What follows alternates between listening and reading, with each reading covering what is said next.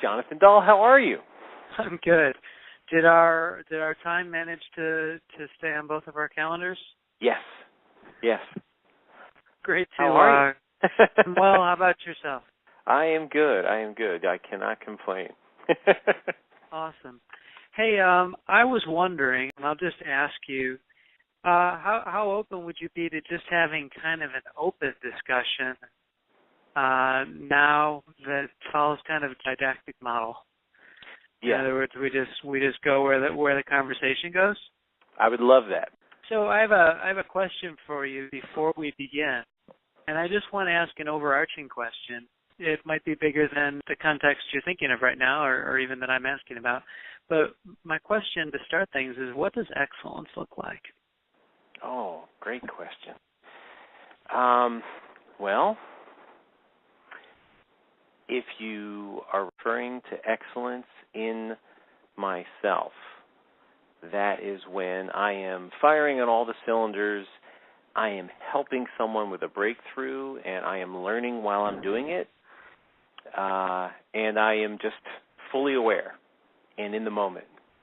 And if you're talking about an organization, I think of branding. And when I think of branding as the space you take up in somebody else's mind. So with a company, it's when other people are like, wow, I want to work there. I want to be a part of that. You know, they just want to get involved in some way, shape, or form. So that's probably a longer answer than you wanted, but yeah. Well, it's two different directions, and both of them are important. As you're talking about branding, I couldn't help but go back to your first answer and just think, how does this first answer of an authentic coach kind of apply to an authentic company? And so I was thinking of a company that managed to live in the moment with its employees, that managed to live in the moment with its products. In other words, not always selling the same thing if the market changes and the needs change, but at the same time, to the degree that it's engaging customers, living in the moment with its customers and their needs, and sort of that breakthrough thing. And I'm extending your illustration for a second, but your breakthrough thing also with a well-branded company would be happening on multiple levels. The company with executives as well as sales folks in the company, as well as with customers, and as well as with the field, because you're not, or the market that is, you're not always. I guess we can think of markets that for instance, pharmaceuticals that might be marketing one specific pharmaceutical, even while they have other ones that grow and recede at different times. But I'm sure you can think of companies that don't have a large growing number of products. Is that the case, or am I thinking of a fictitious example? There's a bit of theory there as well, but in my experience, I've worked for a few companies that were more professional service oriented, and they were just really excellent at what they did as far as hiring, onboarding new employees, getting them prepared for battle, and then the work they did for their clients. It was a world-class experience, and so I've been lucky enough to have been a part of a few of those, and so maybe even you were using the product with example with products and companies, and I was thinking maybe more of services because of my own orientation, having come from professional services most of my life. But yeah, I do think there's a connotation that people have with something. My sister, for example, she got her first Mercedes 3 years ago, and she's looking at different things, and she can't go back, she said. She's like, I just don't think I can buy a Honda again, which is an excellent vehicle that's incredibly well made and all this other stuff. She's just like, I'm kind of used to the way the door thunk shut. I'm like, okay, well, that's part of the mystique. And Ferrari has created that in a way too. It's a work of art as much as it's a car. It's handcrafted. It's this, that, and the other thing. It holds its value over time. It's an experience as much as it's a conveyance from point A to point B, and they've carried that. And a lot of Ferraris, if you look at the technical service bulletins, they don't always run great. So, but People want to sit in them. They want to be seen in them. They like the way it smells. They like the way it sounds. They've created something there that does have that quality feel to it. So when I think of professional services, when I think of the service that people provide, I just think of the difference between expected and exemplary. Mm-hmm. So I was leading a workshop once with a room full of CEOs, and they were all in professional services. It was one of those types of organizations. And I went around the room and said, what makes you special?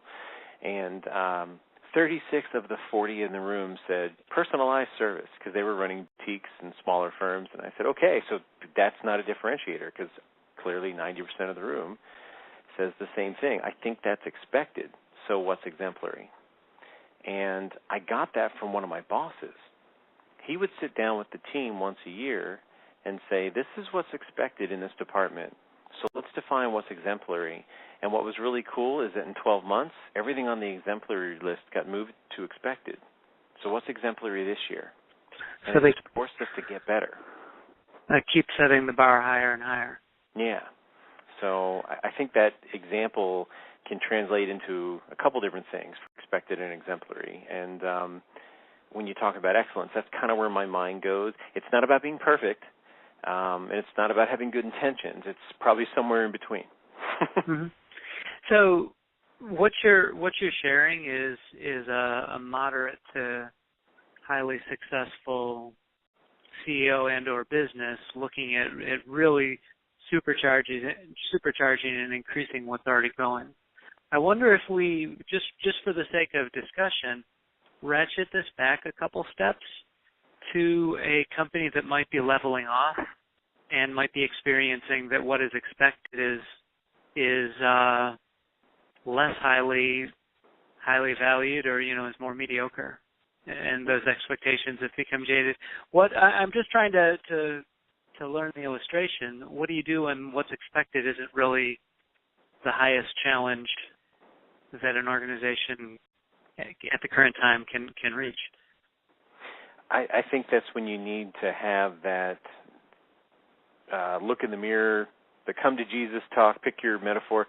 I think that's when you have to really raise the bar and say, okay, that's clearly expected. Like, for instance, you show up on time. Do we even need to list that? And if we do, or what kind of organization are we? So those types of things. So I think some of that stuff, and then I think you have to stretch yourself. Like, what is expected for us in this role at this time in this company? And I think if you ask yourself that with the eyeball on stretching, I think that's important, because that shows the lifelong learner mentality, that sort of thing. Because if you just want to show up and punch a clock and go home, that's okay. I think you can build quality products that way if you're a craftsman and that's really good at what you do.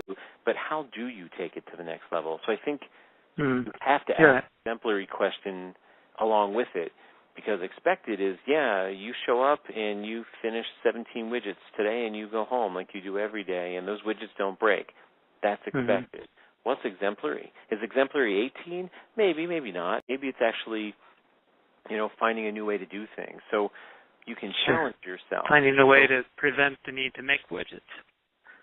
There's that, and also I used to, with my team, so I owned a search firm for about 7 years there, and I used to challenge my guys, and I say guys because at the time they were actually all guys, but and I said, hey, I want everyone in the room to come up with 4 game-changing ideas a year. Only one of them has to work. So I really want them to shoot for the moon.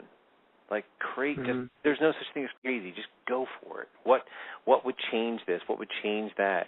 And you got the best out of people, because even if, the ideas were just outlandish, they're trying and they're reaching.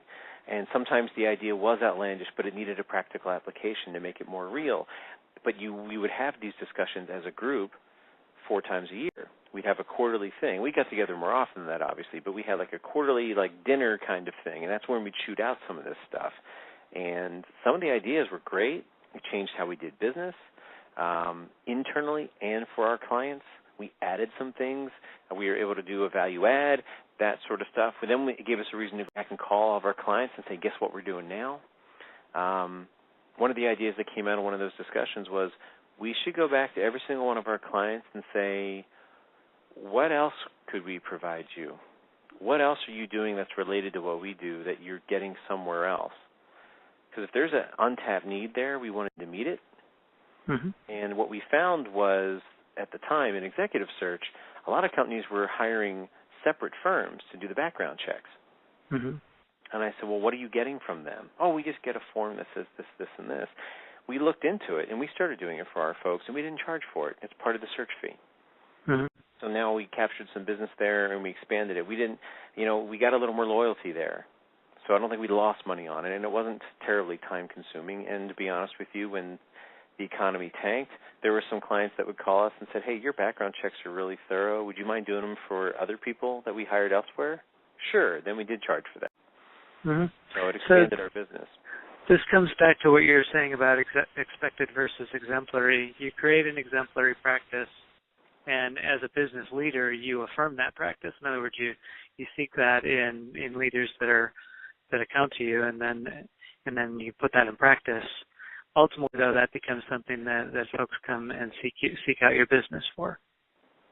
Yeah, and I think that you can, number one, you have the chance of maybe establishing a niche,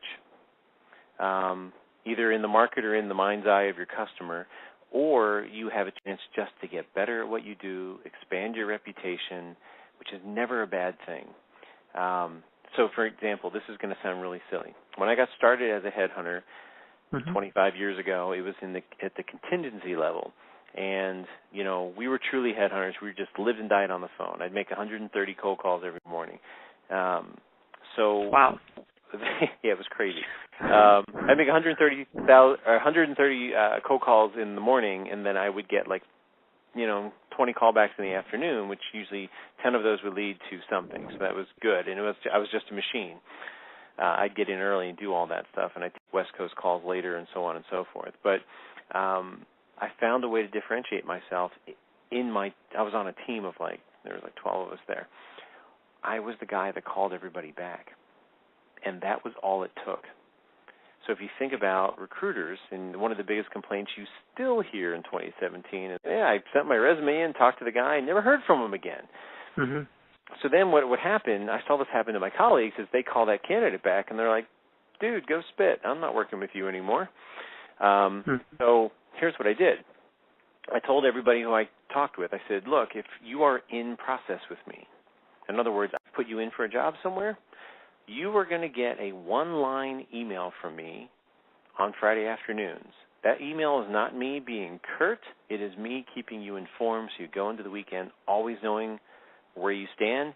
Sometimes that email is going to read, I haven't heard anything yet, but at least you'll know.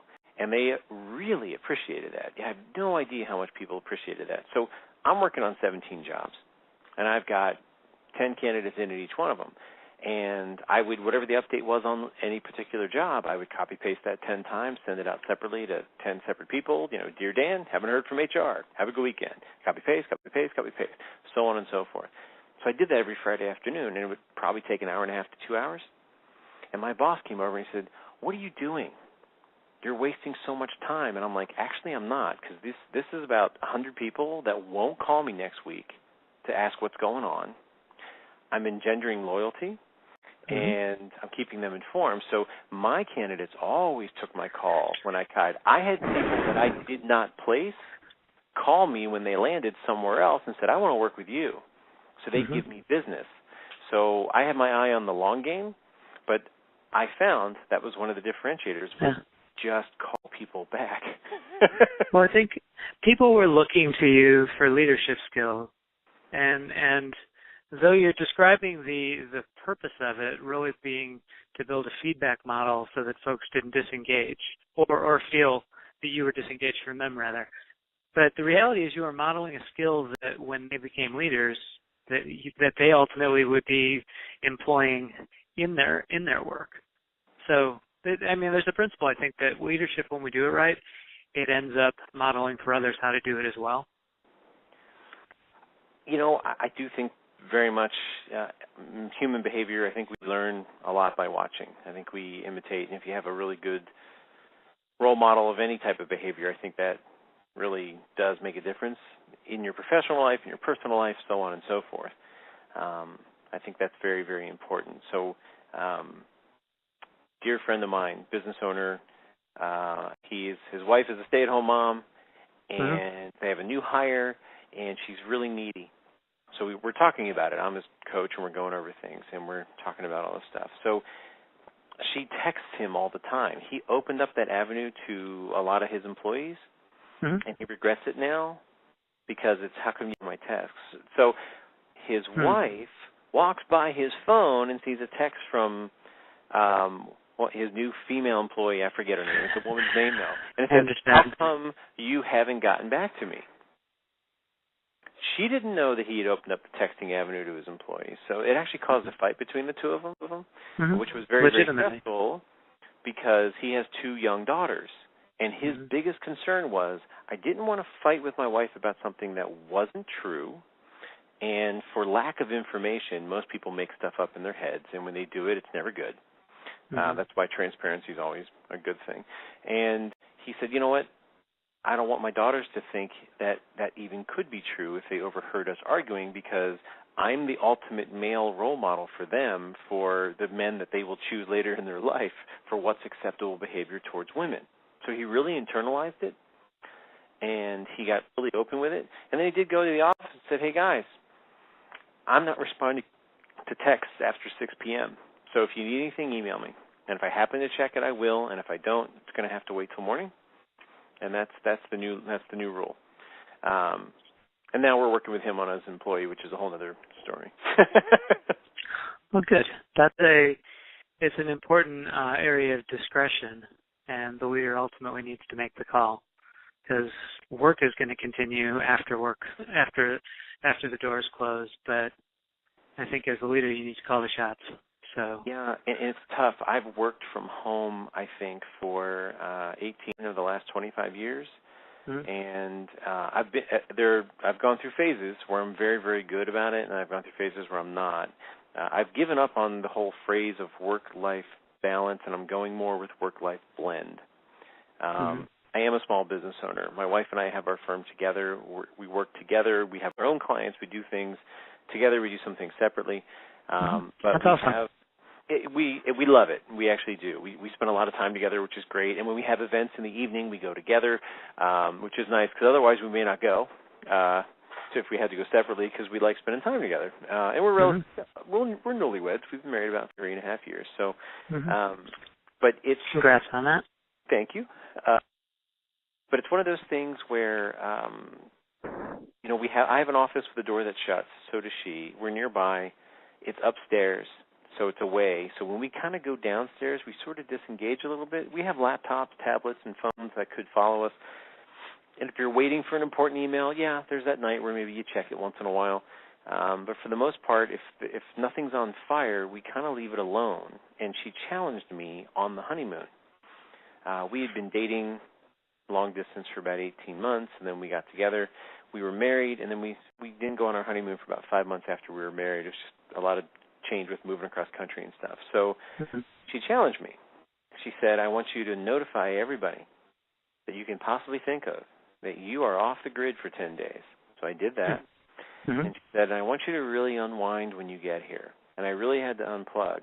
So even with doing that, it took me about 3 days to unplug. And I was at a resort. I was at a spa where I was getting a massage every day and eating really good food and going hiking and all this other neat stuff. So it really shouldn't have taken me that long. But it really took me about 3 days to unplug. Then I actually enjoyed the vacation. So now I've gotten very, very good at it. And one of the habits I've learned, and this is just my own personal thing, if it's a really important email that's going to be on my mind and keep me up at night, I'll type it, and then I'll save it as draft. And I'll send it in the morning. Because in my head, it's out of my head and on the page. That's important to me. But if I respond to emails at a certain hour, I'm training my clients and other people to know that they can get a hold of me at that time. So, I think you're completely keyed into an important point here, that we actually don't function at our best I mean, granted, there are careers that work the graveyard shift, so I mean this with a big grain of salt. But if we're 9 to 5 employees, we don't function at our best at 6 p.m. We might be the best at solving problems then. You know, I mean, there's no question that midnight oil might be good for something, but the reality is when it comes to solving a grisly issue or something, who doesn't have an example of a 6 p.m. email on a Friday that turned out to be like the worst email that they've sent for months and months and months. And granted, it was good for a few laughs over the next couple of weeks, but everyone just remembers that, you know, that was the ending of the love relationship with evening email. Yeah, there's several of those stories that probably continue longer than they should. Exactly. And sometimes that's not 6, sometimes it's 2 p.m. So, for instance, last week I was in New York City for this big thing, and I had to get up at 4 to leave here on time to catch the right bus, to catch the right train to get to this thing, and so on and so forth. And then I did it, and I walked through Manhattan, all this other stuff. I had 2 meetings up there back to back. One was a training where I was on my feet for 3 hours, and the other one was a sales meeting. So then I'm on my way back, and I'm checking email on the train, and I'm responding to everything I can on my phone, and, you know, typos are terrible and all this other stuff. You have to proofread Trust me, it happened in the last week. I was like, oh my gosh. That's awful. So I know that wasn't at my best. So then I got home, and we were supposed to go to dinner. And it was like 4:30, and I've only been up for 12 hours, so that's not unusual. If you wake up at 6 and at 6 o'clock at night, that's not unusual. But I'm done. Like, mentally, she's like, what do you want to eat? And I'm like, I can't make any decisions right now. Just pick. I'm just hungry. Like, I couldn't even choose what food to eat. So I know that is not the time to respond to a proposal that I sent out where someone came back and asked the same question for the 3rd time. Mm-hmm. That's when I had to really exercise some professional patience and resist the urge to make it personal and respond with, geez, Jack, I already answered that question. Go refer down here and then draw an arrow, you know, that type. So I actually started typing the email, and I just stopped. And I said, you know what, I'm not dealing with this now. And it was like 4:30. Probably did want an answer by the end of the day, and I'm like, I am not at my best. This is not going to end well for either one of us. And I walked away, and I came back to it, and the following morning, and he got the right answer he needed, and everything was fine. The world did not come to an end because I didn't respond to an email by 5 o'clock. So yeah, I think whatever that is, presence of mind, mindfulness is a great phrase they're using nowadays quite a bit. I think that comes into play at all hours of the day. And I used to be a full-time musician. That was I had taken 2 years off between high school and college to be in a rock band, and I had hair halfway down my back and toured up and down the East Coast, and I opened up for Bon Jovi a couple times on their Keep It Safe tour and all this other stuff, and had 3 albums out on a local Philly label. So I was into that, and, you know, my life started at 9 o'clock at night. That was my job, and we would play till 1 or 2 in the morning, wherever the heck we were. And then if I had to get back to the Philadelphia area, you know, sometimes I wouldn't get home till 3 or 4 in the morning. And like most full-time musicians who are doing original music back in the 80s and 90s, I had a day job. You know, what's the old joke? What do you call a guitar player without a girlfriend? Homeless? I was going to say unemployed as well. So I've got a guitar in the room here, too. I was working at a bank. Not a career. Because they actually had banker's hours. So it was, you know, 8:45 to 3:15. If I could get the teller door settled in time, and then I could run to my gig if I had a gig in New York for sound check and do whatever. And so I was very much alive at those hours, late at night. And I still had the day job to do things. So, but I was young and full of energy. I was 18, 19, 22, doing that stuff. And, you know, call it, you know, the job that I was doing didn't take a lot of brain space. You know, it's like, oh, you want to cash a check for $420, and you count it out and you give it to them, and you even have a calculator to double check you. Like, okay, I didn't screw that up. So it wasn't. I'm not putting down tellers at all. I'm just saying that it wasn't requiring me to solve complex problems and do things. So now in the work that I do, it's very challenging. And if I'm coaching someone or if I'm running somebody through predictive analytics, boy, I better be paying attention. You really do have to be in the moment to pick up on all the little subtleties. If it's coaching, it could be energy, it could be the turn of phrase, something like that, where you have that aha moment. If you're dealing with analytics and going through things, it could be comparing behavioral patterns. That's intense stuff, and that will wear you out faster. So thank God I'm not still in a band, because I don't think I could do it. Sure. Well, I think coming back to the original idea that you were sharing about not sending that evening email, or as it were, if it was a really long day, even a late afternoon email, but spending some time to think about it some more. I'm reminded of, you're well familiar with Brian Tracy's work as a coach. So his third ideal of that putting your whole heart into selling. I key into that idea of whole heart, and it really reminds me. I come from an educational perspective, and we use the idea of a full cup, a middle, halfway full cup, and an empty cup. If your cup's not full, you're really not able to. And that cup kind of represents relationships with people. Yeah. If your cup is not full, then ultimately whatever you're giving to people is not going to be that good. And I also think nowadays they know it. People know when you're phoning it in. And I pride myself when I give presentations or I'm speaking somewhere. I'm very conversational in what I do. I will improvise and figure stuff out. I'll read the energy in the room and change directions. And it's important too. I think for people to get a lot out of it, it is. And if I am not at my best, that doesn't work.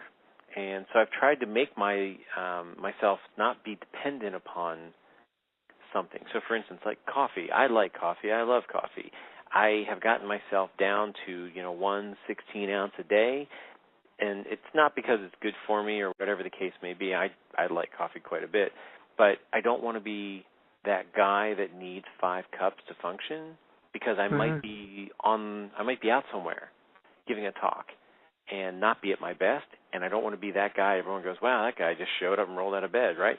So, for instance, I was giving a talk in Las Vegas at a conference 2 years ago, and I had this great slide deck. Just ask me. It was wonderful. And I'm going through it, and they are just bored out of their mind. But they did perk up a little bit when I would tell a story about something. I quite literally abandoned the slide deck. I stopped advancing slides and just started telling stories about what I was talking about. Now they're asking questions, and they're pointing fingers and doing things, and they're like, hey, this is great. What about this? And so it became really lively, and I got compliments later. It was the best talk of the weekend, and I'm like, it's because I made it a conversation, and there was 120 people in the room. But it was, if I wasn't my best, and I didn't feel like I was, because I flew in the night before, and I was a little tired, and I didn't get the food that I wanted that morning, and it's like I had my little thing. I was like, I'll have eggs, I'll have this, and they didn't have anything I wanted. And anyway, so I didn't want to ever become too dependent on something that I needed to perform, and that goes back to my musician days. I was nervous as a kid. I was the lead singer. I was the songwriter. I didn't like singing. I didn't like performing. Let's just say that. I love writing the songs. I love recording them. I love creating and crafting. That was great. Hated performing. And I had to do it 4 nights a week. So I'd get nervous before a show because I wanted to be perfect. And I remember my bass player saying, dude, have a beer. And I'm like, no. Because if I have a beer and it relaxes me, I'm going to need a beer every time I play. And then one beer's not going to. I just saw the path. I'm like, then one beer's not going to do it. Then I'm on tequila, and then basically I'm going to be like Axl Rose at some point. So I'm like, no, if I'm really going to make a go of this, I've got to be at my best without help from something, and that means getting a good night's sleep and doing all this other stuff. So, and I learned something too, by the way, which was kind of fascinating. So I took up running in my 30s, which I'm not built like a runner. I'm 6 feet tall, 200 pounds. I played football in college. I'm not a runner. I'm too big to be a real good distance runner. The guys my height who are really good runners are 60 pounds lighter than me. So I am not fast. So I got a stress fracture in my foot the first 4 months of running because I was in the wrong shoes, and the podiatrist said, you're not a runner. And anyways, I trained and I did a marathon, and I ended up doing 3 of them. And I learned something in the training process, I read some books on it, and Hal Higdon had this awesome book on marathoning, and he said the most important night's sleep is not the night before the race. You're not going to sleep that night. You're going to be nervous. It's the night before that. So if the race is on Sunday morning, don't worry about not getting any sleep on Saturday night. But don't get up and read. Lay there in bed, even if your mind's racing. Your body's still getting some rest, which you'll need in the morning. But Friday night's the night you get some sleep. You know, you're keying in on something really important. And just as you're sharing this, I'm thinking, you know, as we put our health first in whatever position and work relationships we have at whatever organization, ultimately when we put our health first, we're putting everyone else first around us. Yeah. And I love your illustration about thinking of that second night before, because we've got important meetings, we've got crucial deals, we've got things happening all the time, and we know what that night before feeling is.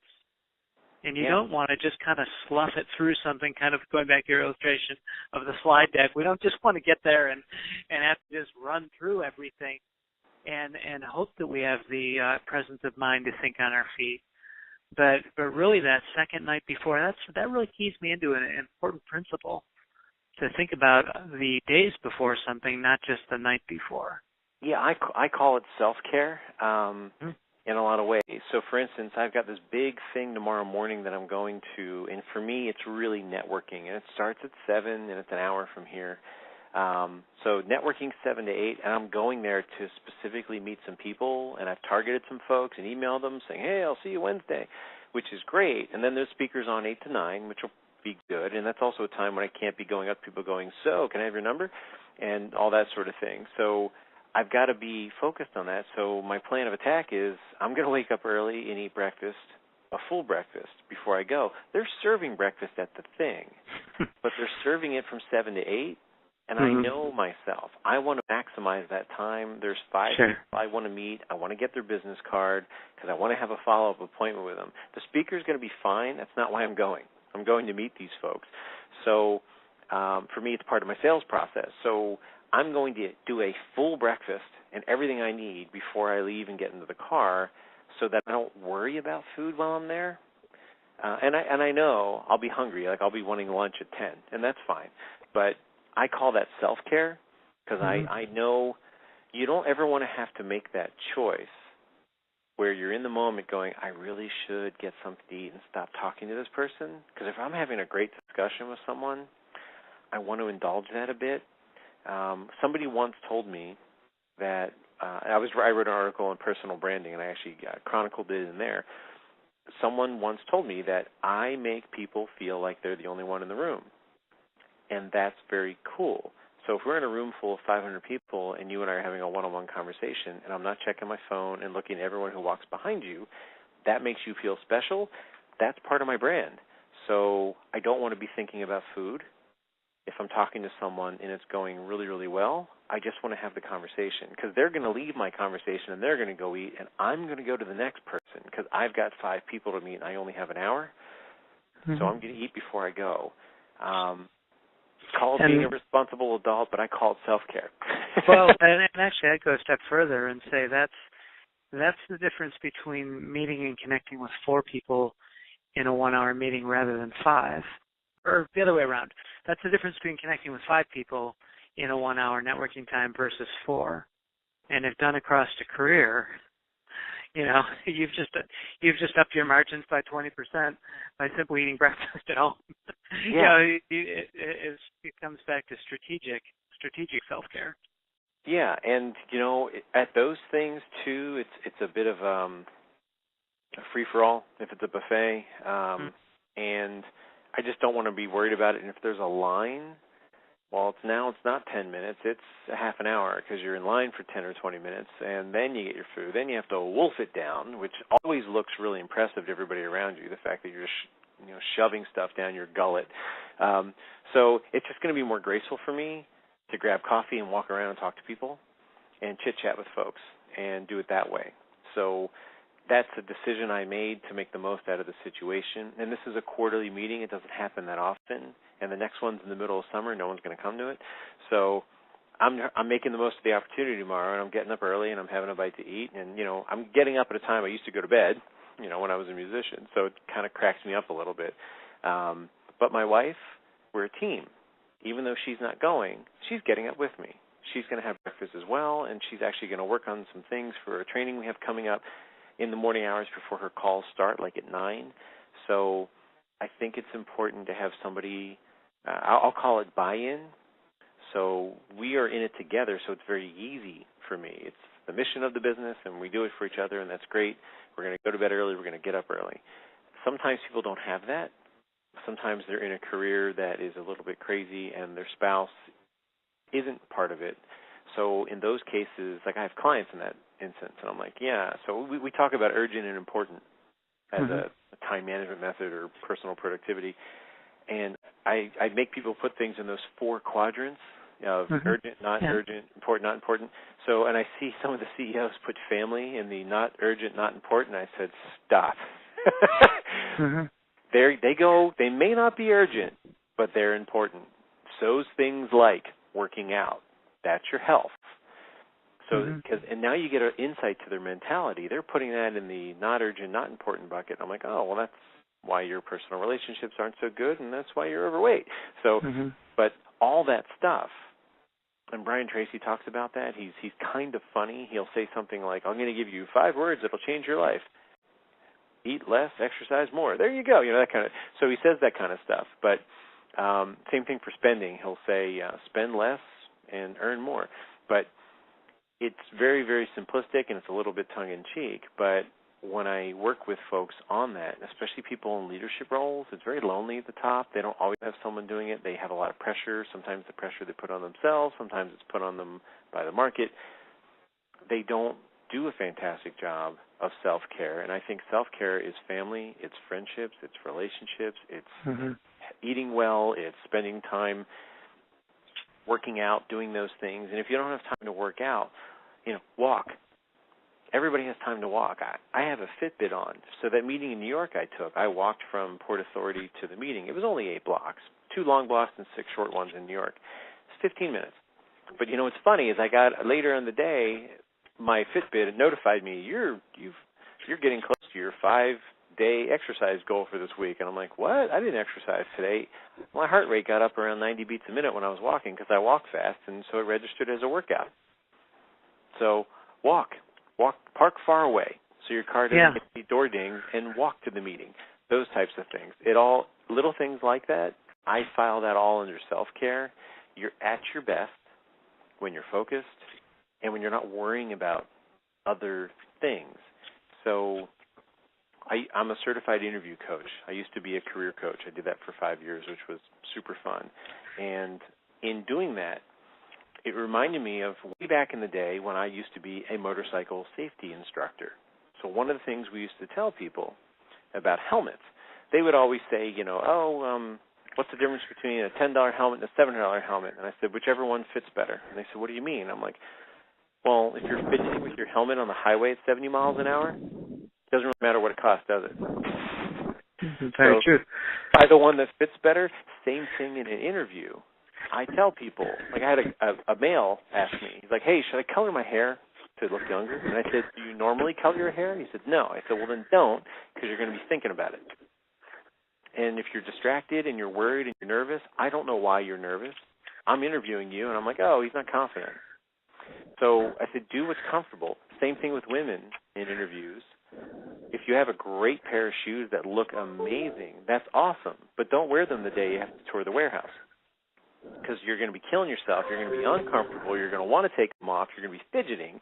And I don't know why you're uncomfortable. I think you're uncomfortable with me now. So I used to tell people, just like getting on the motorcycle, when you go to an interview, be comfortable.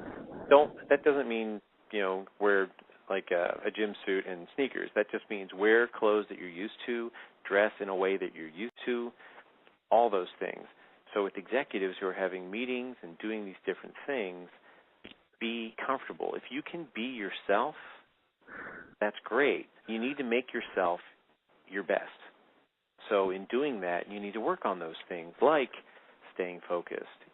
If you've eaten well, That's going to help you mentally. If you're exercising well, you're going to be able to move around more freely and not have to worry about stuff like that. All those types of things. So it all plays into the image that you present, which is part of it, but also the image you present to others is nothing compared to the image of yourself. So if you have a great, positive image of yourself, if you are truly confident because you know you're good at what you do, and you looked in the mirror and you said, I like this suit, whatever it is, if whatever makes you feel comfortable, that's always going to shine through, just like it's always going to shine through when you're nervous, when you didn't get a good night's sleep, when you've had too much coffee, all that stuff. People see through that stuff, and if they don't know the reason behind it, they don't care. They just think, well, that guy wasn't that good. But if you're at your best and you've taken care of yourself and all the stuff is in balance and you're yourself, people get a true sense of yourself. Then they're like, wow, that guy was really genuine. He was really authentic. Well, everyone gets comfortable with the guy who's authentic. And in business, when you think about, people do business with people that they know, like, and trust, if you're authentic, they feel like they've gotten to know you. Certainly they're going to like you, and that will build trust. So I think that all comes together in a nice way. Yeah, well, I want to respect your time. I have one last thing for us to talk on, if you're cool with it. Yeah. So I appreciate you for connecting with me to begin with, and I noticed you're active on the Huffington Post today, writing about two CEOs. And please don't worry, I did my homework, so I'm not thumbing through the phone during. I'm fully here. But I did my homework, and I was comparing the work of two CEOs and thinking on issues of untapped potential. And I really like the direction our conversation's gone towards, because the overall, as we're thinking of the overall health of an organization, it comes back to the overall health of the leader. And as we think of the overall health of the leader, it really comes down to all the relationships of that leader, not just their direct reports, but their family relationships, their relationship with food, substances, all that kind of stuff. In other words, coffee, those kind of substances. I'm not talking about anything illegal, of course, but as well their relationships with their family. Because as you just said, all that stuff shows through. Yeah. And so as I think about those two CEOs that you caricatured, I could see a couple different dynamics that were playing, kind of like one was one way, one was the other. Dynamics having to do with trust, one having that, a lot of trust and trust building, the other lacking it. One having a lot of team stuff and ways they were increasing team, and the other kind of having a lot of areas where the team was jaded and where they were pushing against that or reflecting against that. What else did you see in that kind of an illustration besides trust and team? Yeah, it's interesting. You're absolutely right.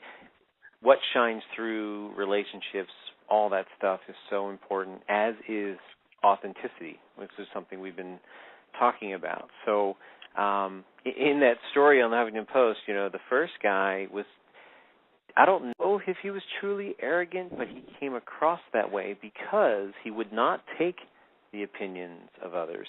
He acted like he had it all figured out, and then when you asked him, hey, you've got it all figured out, well, what is it? He would never say anything.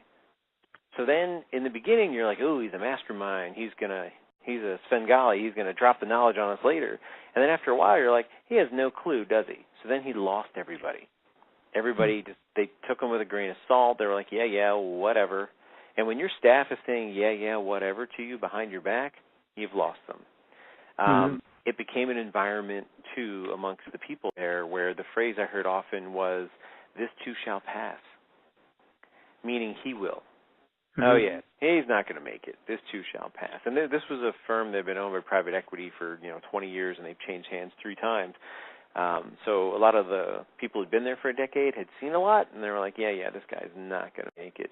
So they went from he intimidated everybody to they didn't believe in him very quickly because he really wasn't communicating with others. He wasn't asking the opinion of others. He would not take help. All the ideas had to come from him because I think on some level he felt that is what made him a big leader, was to take charge, and I don't think he knew what to do. I truly think he was overwhelmed, in above his head, choose your metaphor there, and it was tough. He was a first-time CEO, and I don't think the private equity firm that bought that company did a good job of looking under the hood beforehand to know what they have, and they put him in a bit of a tough spot. But seriously, all he really had to do is just do what they did before, and he would have gotten the results they needed because they were really close anyways. He wasn't challenged with doing that much more. So, but the second guy, though, he's a client, nicest guy in the world, reached out to a friend of a friend and said, I'm finally getting the big chair, and I want to do it right. So I think I need to talk to someone who's done this before, and that was one of the things that I specialized in is first-time CEOs, so and new business owners and stuff like that. So we sat down and we talked, and the conversation was very real. We didn't get nitty-gritty at all. It was really chemistry, and he felt comfortable with me. So he's like, you're somebody I feel like I can talk to. I said, well, good, because it's going to get ugly. You're going to have some dark nights of the soul and question things, and I'm going to ask a question that's going to get me fired, and we have to be okay with that. And he was like, okay. So we proceeded, and there were some tough times. There were some tough nights. There was this, oh, my gosh, I've done everything I can for this guy. We've gotten workforce analytics in there. We've looked at this. We've gotten him a coach, and he is not turning the corner. And I'm like, what does that tell you? I need him to come up with the answer. That's the difference. The difference between coaching and consulting, if I'm a consultant, I tell you what to do. You now have a place to point the finger later and assign blame because that was your idea, not mine. In coaching, the idea comes from you, so you take ownership of it, and I have to resist the urge to tell you what the answer is because, you know what, I may not know. My clients are super smart and really resourceful. They surprise me all the time. Human beings are always going to surprise you, and I believe that. So my job is to ask questions and draw it out of you as a coach. Sure. And really, sometimes there's multiple paths to the same end. Yes. And you know what? And or multiple ways of ordering those steps. So it's not just, it could be even the same ingredients, so to speak, the same action. And I want them to do I want them to do it their way as well, and they're going to learn from that. Here's the business model of being a coach. Eventually, you're not going to need me. So that's the goal. We've gotten you unstuck, and you're good, and you've gotten some more confidence in things, and great, knock yourself out. So, and he's super fun to work with, which has been great because he's so open. He's not so open that he's asking, what do I do? He's just open. He's like, I'm going to do the things that scare me. That's the kind of guy he is. And for him, that was, making hard decisions, letting people go when he had to, making sure the new people that were hired were the right fit and the right reason at the right time. He really took in a lot, and he looked at his people objectively. He wasn't threatened by them. He didn't really care about, I should say, he wasn't attached to the fact that they had this story with the past CEO. He was like, hey, new day. I look at you, and he basically would have one-to-ones with everybody. He told them what he saw in them as their strengths, and he asked them, so what can I do for you to help you realize all the things you want to realize as a professional and in your personal life as a guy who works here? And that's the kind of conversation he had with everybody out of the gate. Now, a lot of people were skeptical, like, yeah, I've heard this before, but they answered it anyways. And I facilitated some of those conversations and said, just, you know what, even if you don't believe him, I want you to be genuine in your answer because that's how you'll learn if he's genuine or not. I said, take a chance. He's taking one. Take a chance. And some people did, some didn't. It comes back to taking a risk in authenticity, which if both parties agree, then it helps the organization. And then he had to live up to it. And the other thing he did, which the other CEO, the previous CEO in that particular scenario did not do, he opened up the kimono and just said, okay, here's where we are. Here's the business model. Here's where we're losing money. Here's some opportunities to make some money. You guys have been here longer than me. What do you think? And he wanted buy-in. He's like, I want everyone in here to be a valued partner. I don't pretend to have all the answers. I have ideas, and I will share them with you, but I want to hear yours first, because if we're in alignment, great. If not, I want to share my ideas, and maybe we can come up with something in between. He made it very inclusive. He did these round tables with everybody. Mm-hmm. We called it issue processing, and we'd go through the different issues together. Sometimes I'd facilitate, sometimes he did it without me. And he won everybody over. They were like, wow, this guy's for real. And then when they found out, here's the other thing that happened too, between the board and senior management, when they found out that what the old CEO was doing, she was making herself, she saw her obsolescence, and she was making herself needed by pitting them against one another, so that both, like, senior management only trusted her and the board only trusted her. She didn't want them to talk to each other. Well, that's what con men do, by the way. Con men will take you away from your family and from your surroundings and take you off to somewhere else, and then you're drinking the Kool-Aid. So that's what she was doing. And when they found that out, they kind of realized, wow, so the board doesn't have this evil empire agenda. No, we're going to turn things around to run it well, and we want to be bought by one of our bigger competitors so we can be part of a bigger system to access more stuff. Has to be the right deal. We're privately owned, so no one's going to take us over. We'll negotiate, but we want to be part of a bigger system, and here's the benefits to that. People started buying into the vision, a vision they'd never been granted before. So now everyone's engaged. Now they're looking at this, and he goes back to the first conversation. What can I do for you to get you where you want to be in your professional life so that your personal life is good too? And he tried to create opportunities. He would go back to people and say, remember when we first talked and you said this? I'm going to see an opportunity for you to actually run a business unit.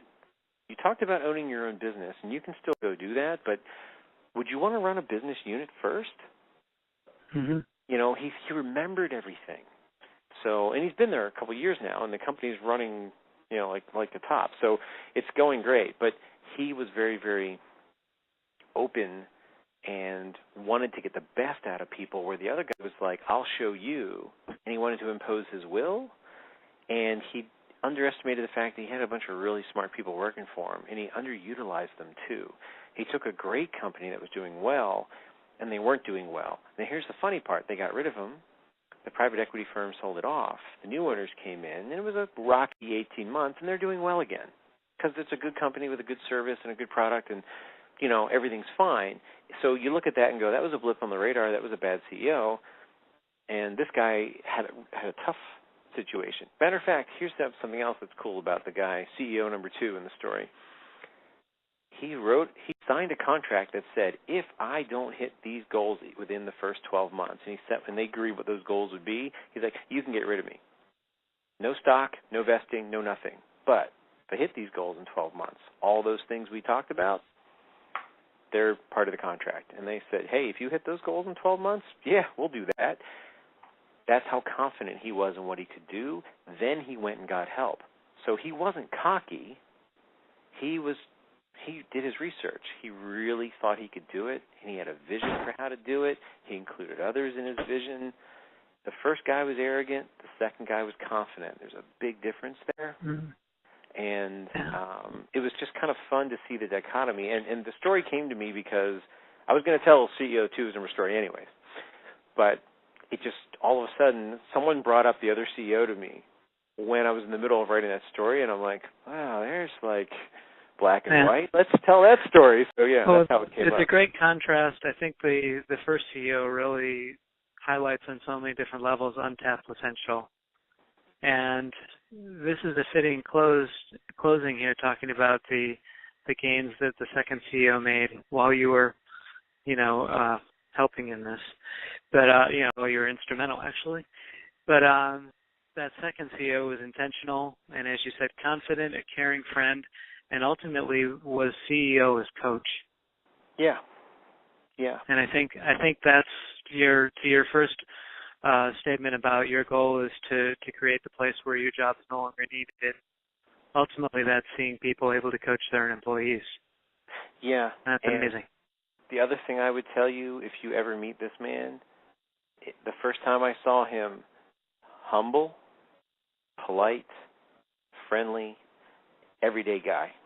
And, you would meet him. He'd be one of those guys you'd meet at a barbecue where he's not dressed up in French cuffs and everything else like that, and he'd leave, and you go, well, wasn't he a great guy? And you'd be like, do you know who you were talking to? That's the C of O, whatever. And you're like, oh, wow.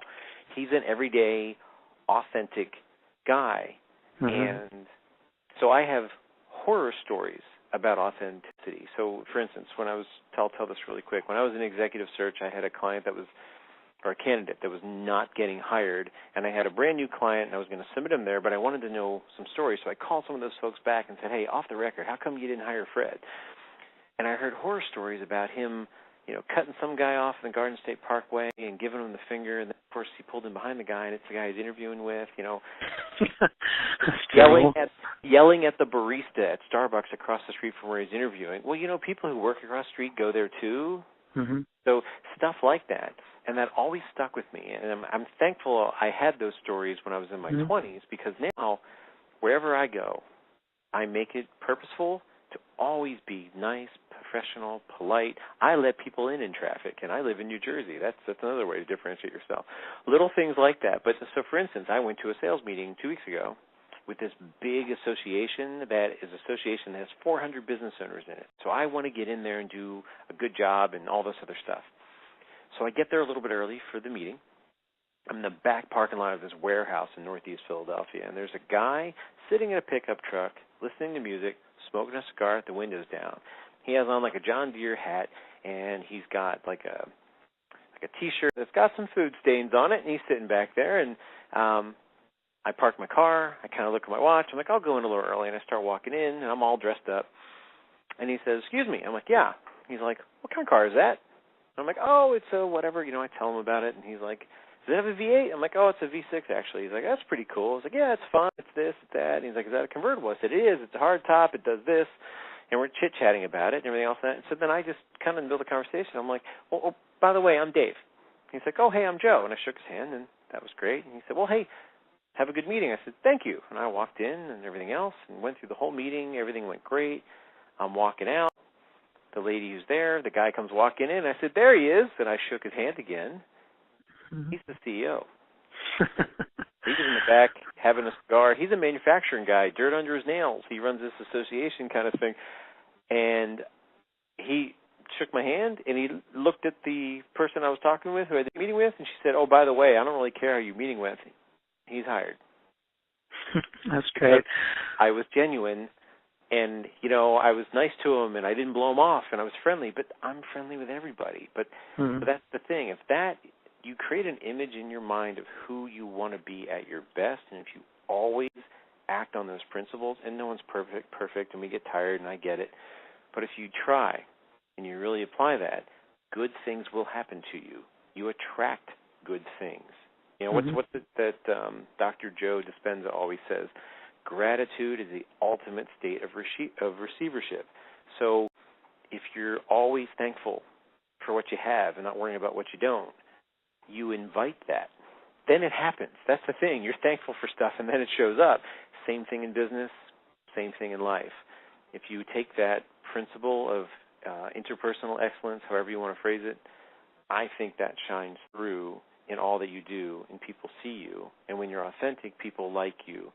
And I had a phone call earlier today with someone who's working with a competitor, and I said, look, even if you don't buy from me, if I can give you enough information to negotiate a better deal with them, I'm happy to do that too. Because it's not about me winning, it's about you being happy. And you may not be happy with me, but you'll always think well of me. And that's how I roll, and that always gets me business. And I don't do it to be a smart aleck, and I don't do it to be like wink, wink, nudge, nudge, look, she's going to come work for me now. I'm genuine when I do it, and I'll follow up on that stuff. But the thing is, I've developed a really good reputation in my 25 years in business because that's how I've always been, and it's not about the fast buck. It's about staying power. Well, people are going to remember you, so it's about being real as well. And Stephen Covey, who's an education leader, he's now passed away. Yeah. But he always talked about keeping, one of his 7 principles was keeping the end in mind. And I think as we think of ourselves as leaders, we really have to think of what is the end of my actions, what is the end of my leadership, what is the end of my goals, where do they all lead? And I really appreciate you bringing up gratitude, because that is a free gift. We can, we can receive that and practice that right now, and it uplifts us. To your point about not cutting off folks in traffic, I try not to do that either. And it just as you were sharing that, the thought realization came to me in a flash. It was just like, by habitually not cutting folks off, you keep yourself in a much better space in terms of stress. Yeah. That alone keeps you not only safer on the road, but more effective wherever you're going. Well, it's one of those things, too. I'll work with some people once in a while, and I tell them, it's actually in one of my articles about mastering change, where I talk about there's a difference between a problem and a fact. So a fact, it's raining outside. A fact, there's bad traffic. We can't change that. Problem is something we can solve. If you know the difference between the two, that should bring your stress level down. And if you're worried about getting there on time, leave earlier. And it's the simplest thing. When I had my day job at the bank, it was one of the best pieces of advice I got from a young manager who I worked for. I was always late. And I was always late because I didn't want to be there, between you and I. I hated that job. It was a necessary evil because I wasn't making enough in my music. So I showed up and I was late all the time. And she said, "Why were you late?" And traffic, and I hit the wrong light, and it rained. She's like, "You always have an excuse. So I have a really simple solution for you." I'm like, "What's that?" She goes, "Leave earlier." And I had to own it. And I remembered it because it kind of sunk in. I'm like, you know what? She's right. And even though this isn't my aspiration to be the world's best bank teller, my name is up there. And if I've got to do it and my name's going to be associated with it, I should be excellent at it, whatever it is, even if I'm not happy. What's the old phrase? You bloom where you're planted. So I changed my attitude, and I started showing up. And I got there early because I would kind of overestimate traffic.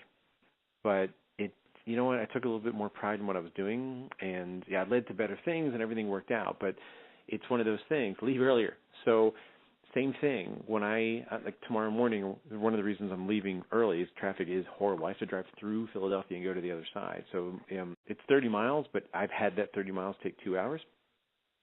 So I will put a book on tape on.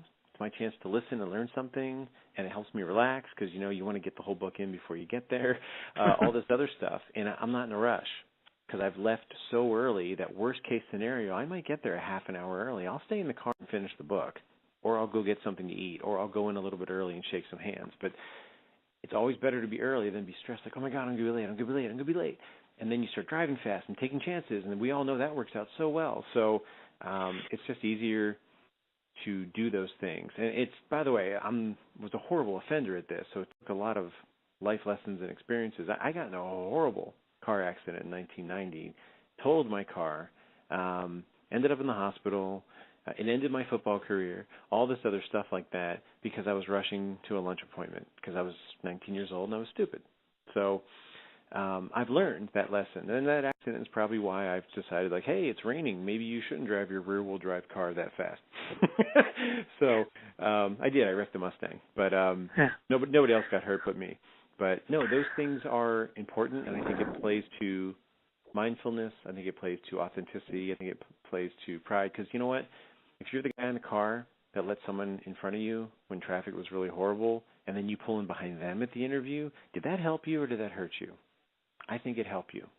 So I'm not always doing it that selfishly, but you never know who you're going to run into and where, and it always is meaningful. I had a sales meeting in New York 4 weeks ago, and my first time ever taking the Greyhound bus. I always took the train. A friend of mine said, no, take the bus. It's more relaxing, and it's faster, and it's easier, and you have less to drive, and parking's easier, and all this. So I took him at his word, and I took the bus. I don't know what I'm doing. I get up there. I have the ticket, and I'm trying to unfold it from my pocket to give it to the guy, and there's a woman behind me. And I said, no, please, go ahead. And so I let her go in front of me. Then I get on the bus, I'm the last one on, and there's no more seats. I have to go sit all the way in the back next to the bathroom where all the odors that were coming were either diesel fumes from the hatch that was right beneath my feet where the engine was because it was loud, or the odors from the bathroom, which are always so nice. That was the ride. And there's no seatbelts back there either, so I'm bouncing around. It was a horrible ride up there. So when I passed the woman in the aisle after I let her go in front of me, she looked up at me and said, thank you. I said, oh, you're welcome. And I went in the back and sat down. get to New York an hour early, get some coffee, go to my meeting. I'm going in there. It's a big sales pitch for this round table of people and everything else like that. She walked in. She said, That's "You're amazing. the gentleman from the bus." And I said, "You must live down by me. What are you doing coming to New York for this thing?" She goes, "Oh, well, my company's down in South Jersey." I said, "I'm in Cherry Hill." She goes, "I'm in Voorhees." I'm like, "How about that?" Instant friend. She was engaged in my talk. She told other people what I did. I didn't realize that giving someone a seat on the bus was, worthy of telling other people, but whatever. Again, even if she didn't do all that, it doesn't hurt me to do that. It could have hurt me if I said, "Hey, lady, hold on," and jumped up in front of her and then made her sit in the back. Then I'm a jerk. So when it comes to business, when it comes to life, if people always remember and think well of me, that never hurt me. So, and I never hurt them. So that's a good thing. And that's, it's a hard thing to come to sometimes, but I am extremely grateful and I've been extremely fortunate. So, and if that draws good things to me, I'll take that. Well, it's great that life gives second chances, and the key is learning lessons. I think life is a great teacher. There's lessons we can learn across years, across decades, and a simple question to us is, have we learned those lessons? Are those lessons still sitting there waiting to be learned? But I'm excited and cheered how many times you've put to story what you're sharing today, because it wouldn't be more clear if you'd shared it as, here's point number one, here's point number two. Like the story, the real life conveys it, because I can see myself learning some of those same lessons. And I think in any organization, everyone actually wants to be, as you said, mindful, in a place where they're really learning how to not just give what is expected, not just expect what is expected, but to keep asking for and demanding of themselves and of others, what is exemplary? How can we reach that? Yeah. No, thank you for that. I'm glad we had a free-flowing conversation as opposed to a point-by-point discussion, because you know what? As we're talking, it made me think of stuff, it made you think of stuff, and I think it made for a very lively and fun discussion along the way. Definitely. It's been great chatting with you today. And again, thanks. Look forward to our connections in the future. Jonathan, this was super fun. I'm so glad you reached out to me. This was great. Dave, thank you so much. This has been awesome. Thank you, and have a great night.